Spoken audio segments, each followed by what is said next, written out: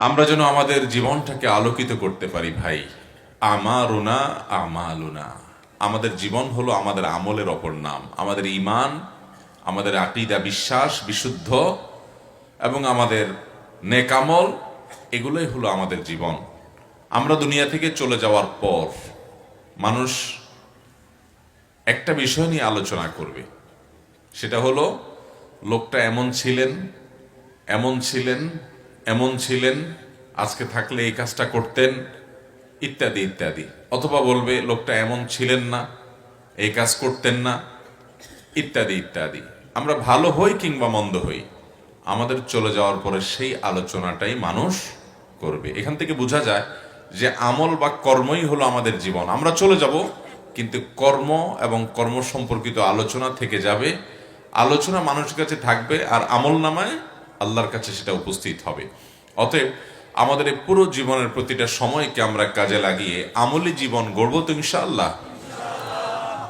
আমাদের ঈমানটাকে বিশুদ্ধ করব, পাঁচ ওয়াক্ত সালাতকে সুন্দর মতো সময় মতো আদায় করব। ভাইরা আমার, আমরা অনেকে সালাতে অবহেলা করি, অনেকে আমরা নামাজের ত্রুটি করি।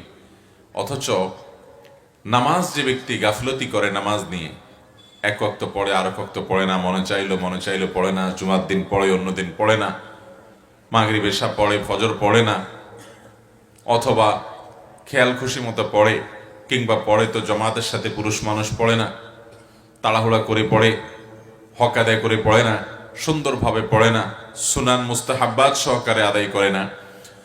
ভাইরা আমার, এই ব্যক্তি নিজেকে খাঁটি এবং প্রকৃত মুসলমান দাবি করার নৈতিক অধিকার রাখে না।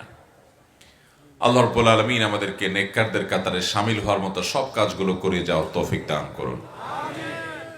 দেখতে দেখতে আমাদের জীবনটা শেষ হয়ে যাচ্ছে, একটা বরফের চাকার মতো গলছে। আমরা সবাই, আপনি আমি, আমাদের প্রত্যেকের জীবনটাকে একটা বরফের বড় চাকার সাথে তুলনা করা যায়। একটা বরফের চাকা, এটা আস্তে আস্তে যখন গলতে থাকে গলতে থাকে গলতে থাকে, একটা পর্যায়ে একদম শেষ পর্যায়ে এসে নাই হয়ে যায়। তো আমাদের জীবনটা আমরা যতদিন হায়াত নিয়ে এসেছি তত বড় বরফের চাকা, ওইটার মতো। যত দিন যাচ্ছে, যত বছর যাচ্ছে, আমাদের সে সময়, সে বছর, সে জীবন ক্ষয় হচ্ছে, গলে যাচ্ছে। যেতে যেতে আমরা কে কোন পর্যায়ে আছি জানি? আমার হায়াত কতদিন আছে, আমার বরফ গলতে গলতে কোন জায়গায় গিয়ে এখন ঠেকছে, আমরা কি বলতে পারবো? মোহতারাম হাজিরিন, সেজন্য যেই কোনো মুহূর্তে আমাদেরকে হয়তো বলা হবে যে হ্যাঁ, তোমার বরফ গলতে গলতে এখন নিঃশেষ, তোমাকে চলে যেতে হবে। তার আগে আসুন আমরা নিজেদেরকে শুধরাই, ঈমান এবং আমল দিয়ে নিজেদের জীবনকে সাজাই। আল্লাহ তাআলা আমাদের সবাইকে সেই তৌফিক দান করুন। ভাইরা আমার, তাহলে পাঁচ ওয়াক্ত সালাত আমরা পুরুষরা যত ব্যস্ততা থাকুক, যত ব্যস্ততা থাকুক, যত ঝামেলা থাকুক, যত কাজের চাপ থাকুক, যত বাধা থাকুক, পাঁচ ওয়াক্ত নামাজ জামাতের সাথে পুরুষরা আদায় করবো ইনশাআল্লাহ। মা বোনরা যারা আছেন, আমাদেরকে শুনছেন পর্দার আড়াল থেকে, আপনারাও সময় মতো খুব ধীরস্থিরতার সাথে সুন্দর করে নামাজ পড়বেন। আল্লাহ তাআলা আমাকে, আপনাকে, আমাদের সবাইকে মুত্তাকিদের কাতারে শামিল হয়ে দুনিয়া থেকে যাওয়ার তৌফিক দান করুন। ভাইরা আমার, আমাদের জীবনটা শেষ হয়ে যাচ্ছে, আমরা আগায় যাচ্ছি। সভাপতি সাহেব আজকে এখানে থাকার কথা ছিলেন, কিন্তু তিনি আজকে কবরের বাসিন্দা হয়ে গেছেন। আগামী জুমার দিন যে আমি হব না, আপনি হবেন না, এর কোনো গ্যারান্টি আছে? কোনো গ্যারান্টি নেই ভাই।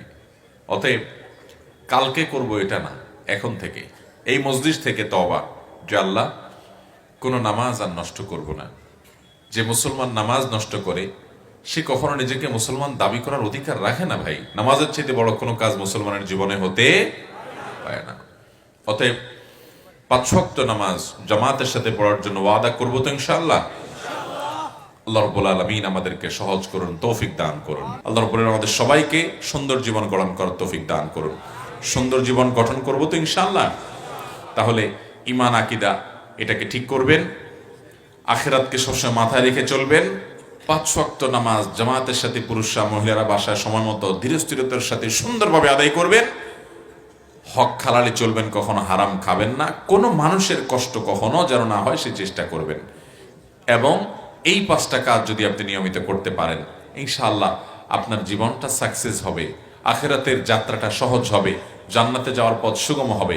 এই 5টা কাজ করবো তো ইনশাআল্লাহ। ঈমান আকীদাকে বিশুদ্ধ করা, শিরক থেকে নিজেকে পরিচ্ছন্ন করা, আল্লাহর প্রতি বিশ্বাস, আস্থা, আল্লাহকে মাহবুদ হিসাবে একচ্ছত্র একক মাহবুদ হিসাবে গ্রহণ করা, তাওহীদ, এই বিশ্বাসটি নিজের ভিতরে ধারণ করা। সেই সাথে 5 ওয়াক্ত নামাজ সুন্দরভাবে সময় মতো, জীবন গেলেও ছাড়বো না সে মর্মে প্রতিজ্ঞা করে আদায় করা, এবং হালাল উপার্জন করা। হালাল উপার্জন এটা এখন বড় কঠিন হয়ে গেছে ভাইরা আমার। নামাজ কালাম পড়তে রাজি আছি, দায় রাখতে রাজি আছি, টুপি রাখতে রাজি আছি, সব ঠিক আছে, কিন্তু 2 নম্বর কামাই ছাড়বো না। পয়সাটা দরকার দিন শেষে ভাইরা আমার, দুনিয়া থেকে চলে যেতে হবে আমাদের, এগুলো সব থেকে যাবে, ঠিক না বেঠিক? পয়সার সাথে নিয়ে যাওয়া যাবে? কাফনের কাপড়ের পকেট আছে? কাফনের কাপড়ের পকেট আছে? কিছু নিয়ে যাবেন সেই রাস্তাও নাই। তাহলে অবৈধ উপার্জন করবেন কাদের জন্য? ছেলে মেয়ের জন্য, বউয়ের জন্য, ফ্যামিলির জন্য, তাই না? কিয়ামতের ময়দানে তারা বলবে, ঠিক আছে আমাদের জন্যই তো আপনি আকাম কুকাম করছিলেন, তাহলে দায়িত্বটা আমরা নিচ্ছি, আপনাকে আল্লাহ যেন শাস্তি না দেয়। ছেলে মেয়েরা বলবে, আল্লাহ আমাদের আব্বাকে আপনি জাহান্নামে দিয়ে না, আমাদেরকে দেন, কারণ উনি আমাদের জন্য করছেন। এরকম হবে? বরং সব পলায়ন করবে সেদিন, কেউ দায় নিবে না। তো আল্লাহর জমিনের সবচেয়ে নির্বোধ সে, যে যার জন্য চুরি করবে সে জানে সে নিজে আমার চুরির দায় বহন করবে না, আমাকেই বহন করতে হবে। এর চেয়ে নির্বোধ আরেকজন আছে?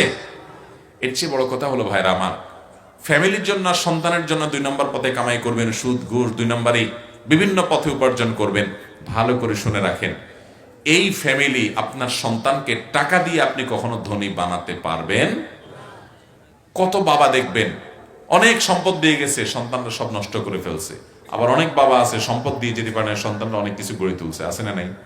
অতএব সন্তানকে সম্পদ নয়, তাকে মনুষ্যত্ব দিয়ে যান, মানবিকতা দিয়ে যান, মানুষ বানায় যান, মুসলমান বানায় যান, মুত্তাকি বানায় যান, নামাজি বানায় যান, শিক্ষিত বানায় যান, বিবেচক বানায় যান। তাহলে দেখবেন এই সন্তান বহু সম্পদের জন্ম দিবে ইনশাআল্লাহ। যেন সম্পদ নয়, তাদেরকে মনুষ্যত্ব দিয়ে যান, চেষ্টা করবো তো ইনশাআল্লাহ। তাহলে 3 নম্বর কাজ হলো হালাল উপার্জন করা। আর 4র্থ কাজ হলো সকল মানুষের উপকার করবেন, কোনো মানুষের কোনো ক্ষতি করবেন কখনো না। কোনো মানুষের কোনো ক্ষতি আমরা করব না। সবসময় চেষ্টা করবেন আমার দ্বারা যেন কোনো কষ্ট না হয়। ভাইরা আমার, পৃথিবীর বিভিন্ন দেশে আমরা অমুসলিম দেশের যত আজে বাজে জিনিস আছে সেগুলো আমদানি করি, ভালোগুলা আমাদেরগুলা তাদেরকে আমরা দিয়ে দিছি। মুসলমান তো সে যার হাত এবং মুখ দ্বারা কেউ কষ্ট পাবে না, এত সুন্দরভাবে সে চলবে। একবার এক সাহাবী মুখ দিয়ে আরেকজনকে একটা শক্ত কথা বলে ফেলেছেন। নবী করিম সাল্লাল্লাহু আলাইহি সাল্লাম শুনতে পেয়ে বললেন, তুমি তাকে এই কটু কথাটা বলতে পারলে? একটা মানুষকে তার মনে আঘাত হয় এরকম কথা বলতে পারলে? মনে আঘাত হয় সেটাই করা যাবে না, আর কিসের মন? আমরা তো পারলে শরীরে আঘাত করি, ঠিক না বেঠিক? ওই সাহাবীর মধ্যে যখন অনুভূতি ফিরে আসলো, তিনি চোখের ফানি ফেলে দিলেন, এবং যার সাথে এই আচরণটা হয়ে গেছে তার কাছে মাফ চেয়ে বললেন, ভাই তোমার যা ইচ্ছা তা করে আমাকে শাস্তি দাও, কিয়ামতের ময়দানে এর জন্য যেন বিচার মুখোমুখি না হয়, দুনিয়াতে তুমি মামলা নিষ্পত্তি করো আমাকে। এর নাম মুসলমান, যে মুসলমান কখনো কারোর কষ্টের কারণ হবে। অতএব আমরা এভাবে যদি নিজেদের জীবনকে গড়তে পারি, ইনশাআল্লাহ দেখবেন যে দিন শেষে আল্লাহ তাআলা আমাদেরকে একটা ভালো জীবন গঠন করার তৌফিক দিয়েছেন। আপনি এলাকা থেকে চলে যাবেন, এলাকার প্রতিটা মানুষ মিস করবে। দুনিয়া থেকে চলে যাবেন, সবাই চোখের পানি ফেলবে, ইস উনি মানুষ ছিলেন। আল্লাহ আমাদেরকে সেরকম জীবন গঠন করার তৌফিক দান করুন। চেষ্টা করবো তো ইনশাআল্লাহ। জাযাকুমুল্লাহু খায়রা।